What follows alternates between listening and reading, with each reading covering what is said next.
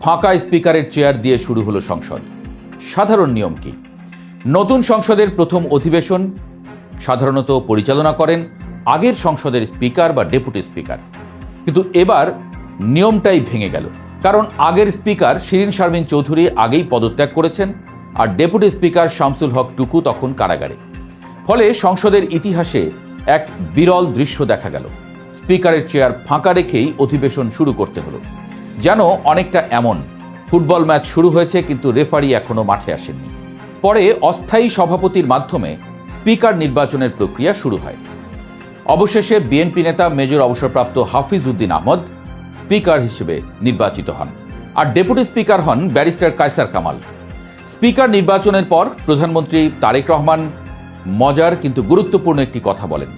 তিনি স্পিকারকে উদ্দেশ্য করে বলেন, আজ থেকে আপনারা আর কোনো দলের নয়, আপনারা এই সংসদের স্পিকার। এই বক্তব্য শুনে অনেকেই টেবিল চাপড়ে সমর্থন জানান, কিন্তু সংসদের নাটক তখনও শুরুই হয়নি। বেলা 3:30টার দিকে রাষ্ট্রপতি মোহাম্মদ শাহাবুদ্দিনকে ভাষণ দেওয়ার জন্য আমন্ত্রণ জানানো হয়। ঠিক সেই মুহূর্তে সংসদে শুরু হয় অন্য দৃশ্য। জামায়াত ইসলামী এবং জাতীয় নাগরিক পার্টি এনসিপি সহ বিরোধী দলের এমপিরা দাঁড়িয়ে পড়েন। তাদের হাতে ছিল প্ল্যাকার্ড, মানে প্রপস নিয়ে এসেছেন তারা। সেখানে লেখা ছিল, জুলাই আন্দোলনের সাথে গাদ্দারি জনগণ সইবে না। প্ল্যাকার্ড দেখে অনেকের মনে হতে পারে সংসদ চলছে নাকি বিশ্ববিদ্যালয়ের মিছিল। স্পিকার বারবার অনুরোধ করছিলেন, অনুগ্রহ করে বসুন, রাষ্ট্রপতির ভাষণ শুনুন। কিন্তু কে শোনে কার কথা? প্রতিবাদ থামেনি। এই হট্টগোলের মধ্যেই ভাষণ শুরু করেন রাষ্ট্রপতি। রাজনীতিবিদদের একটা অদ্ভুত নিয়ম, কেউ চিৎকার করে, কেউ ভাষণ দেয়, কিন্তু সংসদ থামে না। প্রথম দিন ঠিক তাই হলো। বিরোধী দলের স্লোগান চলছিল, আর রাষ্ট্রপতি মোহাম্মদ শাহাবুদ্দিন নিজের ভাষণ চালিয়ে যাচ্ছিলেন। এই সময় সরকারি দলের এমপিরা টেবিল চাপড়ে সমর্থন জানাচ্ছিলেন। পুরো দৃশ্যটা অনেকটা এমন, একদিকে বক্তৃতা, অন্যদিকে প্রতিবাদ, আর মাঝখানে সদস্যদের ইতিহাস লেখা হচ্ছে। এক পর্যায়ে বিরোধী দলের এমপিরা স্লোগান দিতে দিতে সংসদ কক্ষ থেকে বের হয়ে যান। এই ঘটনাকে বলা হয় ওয়াকআউট। সংসদীয় ভাষায় ওয়াকআউট মানে হলো কোনো সিদ্ধান্ত বা বক্তব্যের প্রতিবাদ জানিয়ে ইচ্ছাকৃতভাবে সভাকক্ষ ত্যাগ করা। বাংলাদেশের সংসদে আগেও বহুবার ওয়াকআউট হয়েছে, কিন্তু নতুন সংসদের প্রথম দিনেই এমন ঘটনা হওয়ায় বিষয়টি বেশ আলোচিত হয়ে ওঠে।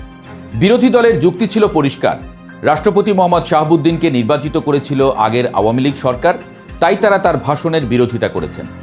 অন্যদিকে সরকারি দলের যুক্তি, রাষ্ট্রপতি সাংবিধানিক পদ, তাই তার ভাষণ শোনা উচিত। রাজনীতিতে এমন মতবিরোধ নতুন নয়, কিন্তু প্রথম দিনেই এমন সংঘর্ষ সংসদের ভবিষ্যৎ পরিবেশ নিয়ে প্রশ্ন তুলেছে। আচ্ছা, একবার শুনি রাষ্ট্রপতি ভাষণে কি ছিল।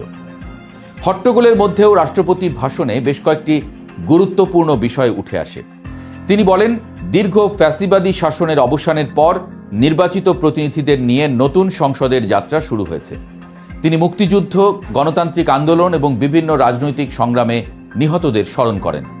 এছাড়া তিনি বিএনপির প্রতিষ্ঠাতা জিয়াউর রহমানকে স্বাধীনতার ঘোষক হিসেবে উল্লেখ করেন।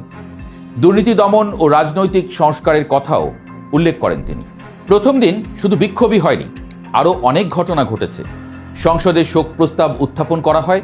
এতে সাবেক প্রধানমন্ত্রী খালেদা জিয়া এবং জুলাই অভ্যুত্থানে নিহতদের স্মরণ করা হয়। এছাড়া আন্তর্জাতিক কয়েকজন গুরুত্বপূর্ণ ব্যক্তির মৃত্যুতেও শোক প্রকাশ করা হয়।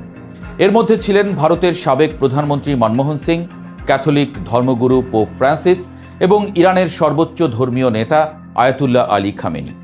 প্রথম সংসদে শুধু ভাষণ না, কাজকর্মও হয়েছে। একই সঙ্গে অন্তর্বর্তী সরকারের জারি করা 133টি অধ্যাদেশ সংসদে উত্থাপন করেন আইনমন্ত্রী। রাজনৈতিক বিশ্লেষকদের মতে এটি দেখায় নতুন সরকার দ্রুত প্রশাসনিক কাঠামো স্থিতিশীল করতে চাইছে, কিন্তু বিরোধীরা এটিকে দেখছেন তাড়াহুড়ো আইন নীতি হিসেবে। সংসদের প্রথম দিনটি অনেকটা ট্রেইলারের মতো, যেখানে বোঝা যায় সামনে পুরো সিনেমাটা কেমন হতে পারে।